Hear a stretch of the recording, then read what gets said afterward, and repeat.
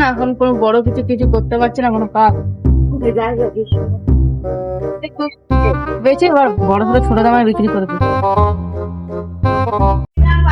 Cycle কিনবো, একটা কম দামে সাইকেলও পাচ্ছি না, দেখি অফার অফার অফার নিয়ে যান সাইকেল সম্পূর্ণ কিসের অফার? রফের অফার। কত টাকায় দিলেন সাইকেলটা? সাইকেলটা দাম আছে 5,000 টাকা দাম আছে, আপনি 2,000 টাকা দিয়ে দেবেন যান। 2000 ঠিক বলছিস তো? হ্যাঁ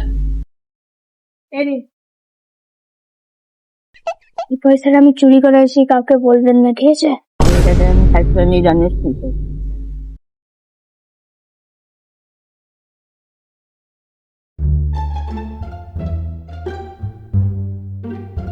এবার টাকাটা তো হাতে উঠে গেল, এবার পালিয়ে যায় না তো বুঝতে পেরে যায়।